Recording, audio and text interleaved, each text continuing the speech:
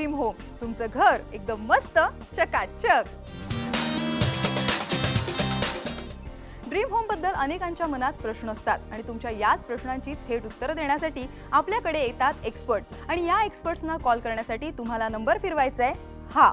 तर लवकर फोन करा आणि तुमच्यातल्या 21 लकी कॉलर्सना मिळणार आहे आमच्या एक्सपर्ट्सचा मोफत सल्ला। तेव्हा लवकरात लवकर आम्हाला कॉल करा।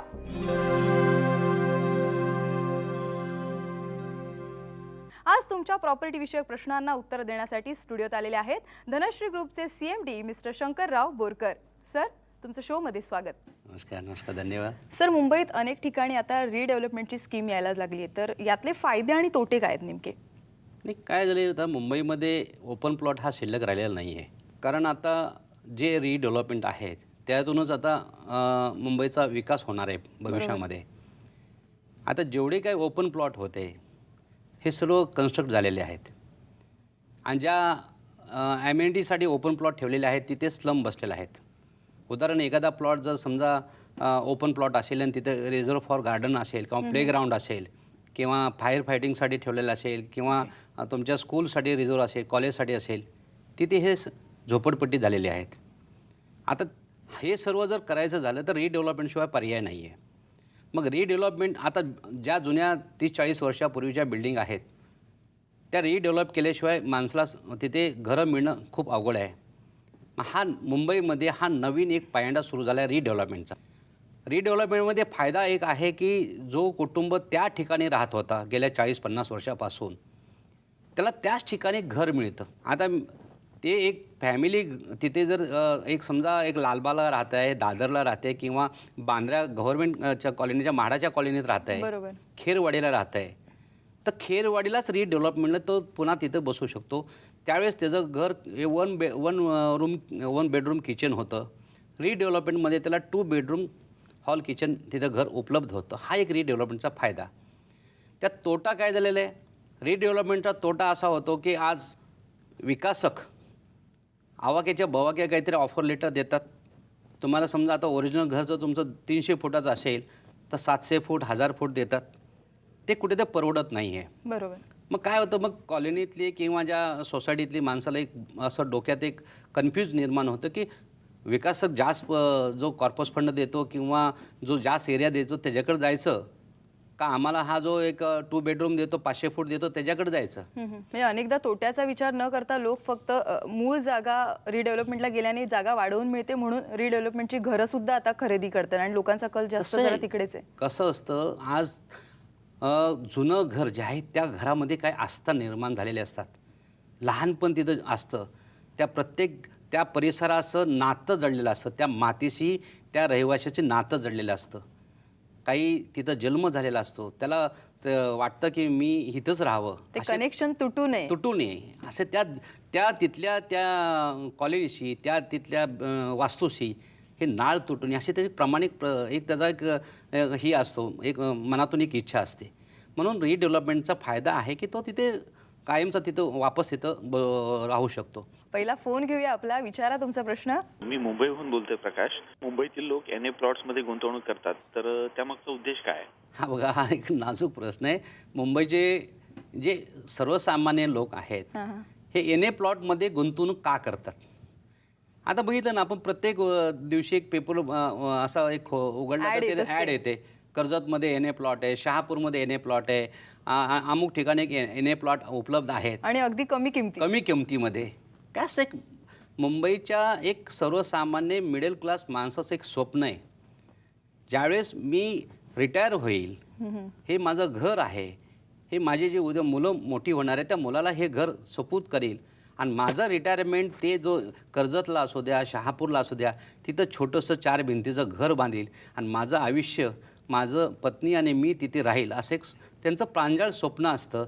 त्यांनी आयुष्यात जी मोडी कमवलेली असती त्या प्लॉटमध्ये टाकतो आणि ते एक स्वप्न रंगवत असतं की मी तिथे उद्या रिटायरमेंटमध्ये माझं राहिलेलं आयुष्य तिथे काटेल। हा एक प्रामाणिक त्या एनए प्लॉटचा उद्देश आहे।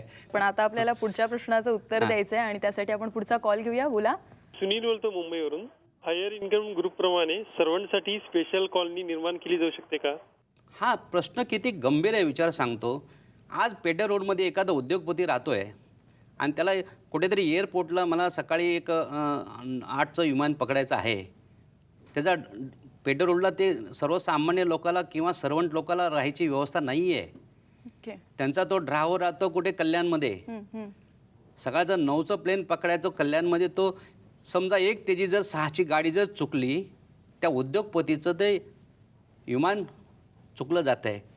म्हणजे आज हा जो इकॉनॉमिकल हा जो ग्रोथ कशामुळे तुटला जातो, तो उद्योगपती त्या मीटिंग अटेंड होत नाही, त्याला होणारा बिझनेस ते मिळत नाही. त्याच्यामुळं ज्या ठिकाणी हायर ग्रुपचे मोठे म्हणजे इंडस्ट्रीज राहतात किंवा मोठे एक हायर म्हणजे तुमचा एरिया जो मोर दॅन 1000 स्क्वेअर फीटचा जो एरिया आहे, त्या ठिकाणी अशा एक कॉलनी बांधल्या पाहिजे त्या सर्वांसाठी, म्हणजे जेणेकरून दोन्ही बाजूचं नुकसान होणार नाही. दोन्ही बाजूचं नुकसान होईल. सर्वंट कॉलनीची काही सरकारची उपाययोजना आहे? नाही, सरकारची उपाययोजना आहे का नाही, पण आज मुंबईमध्ये ती खूप म्हणजे गरजेचा विषय झालेला आहे. आज अशा उच्चभ्रू व्यवस्थेमध्ये कुठेतरी मिडल क्लास माणसासाठी अशी एक सर्वंट कॉलनी मस्ट आहे आणि जरुरी आहे. नाहीतर आज जो मी मगाशी सांगितलं एक उद्योगपती कसा अडचणीत येतो, तसा हा घडणारच आहे. आणि म्हणून प्रत्येक गोष्टीची आपल्याला जरूरत आहे. जसं आपण एखादा समजा आपण फ्लॅट घेतला तिथे तर एक वॉशरूम मस्ट आहे, तसं हे पण जरुरी आहे. म्हणूनच सातत्याने हे म्हटलं जातं की अन्न वस्त्र निवारा याच आपल्या मूलभूत गरजा आहेत. आपण पुढचा एक फोन घेऊया. बोला, विचारा तुमचा प्रश्न. धनश्री ग्रुपकडून कोणकोणत्या वेगवेगळ्या स्कीम राबवल्या जातात? मध्यमवर्गीयाला म्हणजे स्वस्तातलं घर कसं मिळेल, आम्ही हा प्रामाणिक प्रयत्न करतो. ड्रीम होम सत्यात उतरवण्याचा प्रयत्न. आता साम मराठीच्या माध्यमातून तुम्ही आम्हाला बोलवलं आहे.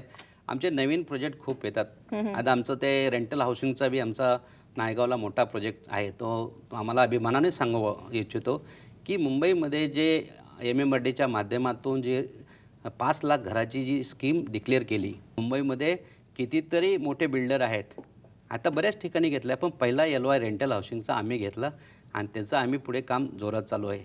तिथे रेंटल हाऊसिंग म्हणजे 800 रुपये तुम्हाला घर मिळणारे भाड्याने, म्हणजे गव्हर्नमेंटची सुंदर अशी योजना आहे आणि त्याला लवकरात लवकर पुढे राबवली पाहिजे अशी आमची पण प्रामाणिक इच्छा आहे. सर, आशा आहे की आपल्या सगळ्या प्रेक्षकांना त्यांच्या प्रश्नांची अचूक उत्तरं मिळाली असतील, त्यांच्या समस्यांचं सुद्धा निराकरण झालं असेल.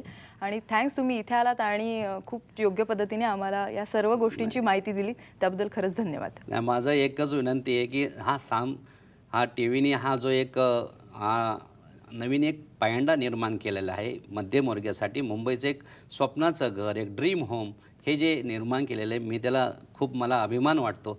असे जर तुम्ही प्रोग्राम करून सर्वसामान्याच्या मनात जर शिरलात तर मला वाटतं साम TVच असेल. एवढंच मी बोलतो. जय हिंद, जय महाराष्ट्र.